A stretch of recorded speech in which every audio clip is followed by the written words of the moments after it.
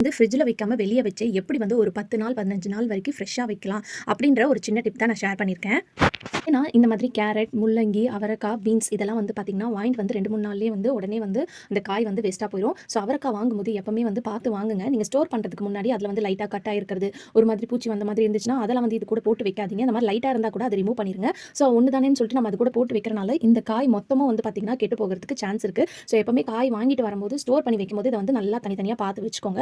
அதே மாதிரி பீன்ஸ்லேயும் வந்து பார்த்திங்கன்னா லைட்டாக வந்து உடஞ்சு போயிருக்கும், அங்கங்கே ஹோல்ஸ் இருக்கிற மாதிரி இருக்கும். அந்த மாதிரி இருந்துச்சுன்னா தனியாக எடுத்து வச்சுருங்க. அதெல்லாம் வந்து நம்ம ஸ்டோர் பண்ணி வைக்கும்போது அது கூட ஸ்டோர் பண்ணி வைக்கக்கூடாது. அதே மாதிரி முள்ளங்கியும் வந்து பார்த்திங்கன்னா நம்ம மேலே இருக்கக்கூடிய இந்த பாட்டை வந்து நம்ம கட் பண்ணி வச்சுக்க போகிறோம். கேரட், முள்ளங்கி ரெண்டுத்துக்குமே மேலே கீழே இந்த 2 இடத்துலையும் வந்து நம்ம கட் பண்ணி வைக்கணும். அப்போ தான் வந்து பார்த்திங்கன்னா ஒரு வாரம் வரைக்கும் வந்து கண்டிப்பாக உங்கள் காய் வந்து ஃப்ரெஷ்ஷாக இருக்கும். ஏன்னா அந்த முள்ளங்கி கேரட்லாம் வந்து ஒரே மாதிரி தான் நம்ம ஸ்டோர் பண்ணி வைக்கணும். ஸோ அதனால் மேலேயும் கீழே மட்டும் கட் பண்ணிக்கோங்க. அதே மாதிரி பீட்ரூட்லேயும் இந்த இருக்கிற பாட்டை மட்டும் கட் பண்ணி வச்சுக்கோங்க. ஏன்னா அந்த மேலே இருக்கிறனால அழுவி போக கூட சான்ஸ் இருக்குது. ஸோ பீட்ரூட் அந்த அளவுக்கு வந்து பார்த்திங்கன்னா உடனே அழுகி போகாது.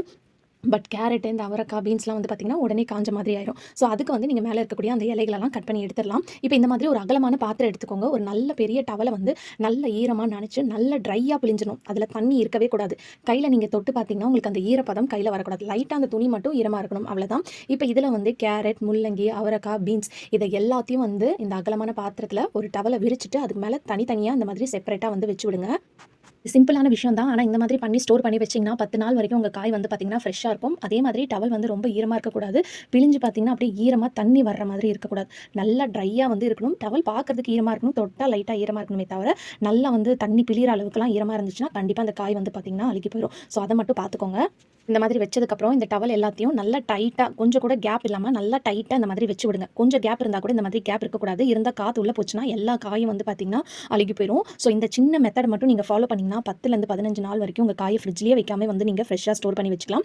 அந்த டவலை வந்து டெய்லி பாருங்கள். தொட்டு பார்க்கும்போது கொஞ்சம் ட்ரையாக இருந்துச்சுன்னா மேலே மட்டும் லைட்டாக இந்த மாதிரி தண்ணி தெளிச்சு விடுங்க. மற்றபடி நீங்கள் வந்து ரொம்ப தண்ணிலாம் வந்து போட்டு நினைக்கணுன்ற அவசியமே கிடையாது. ஸோ கண்டிப்பாக இந்த டிப் எல்லாருக்குமே ரொம்ப யூஸ்ஃபுல்லாக இருக்கும். அதே மாதிரி நீங்கள் ஒவ்வொரு வாட்டி யூஸ் பண்ண காய் எடுத்ததுக்கப்புறமும் நல்லா டைட்டாக கிரிப்பாக வந்து இந்த டவலை வந்து ஒவ்வொரு காயிலையும் அதே மாதிரி காய்கறி கழுவிட்டு இதில் வச்சு போடக்கூடாது. அப்படி போட்டால் கூட உங்களுக்கு காய் வந்து அந்த ஈரப்பதனால உங்களுக்கு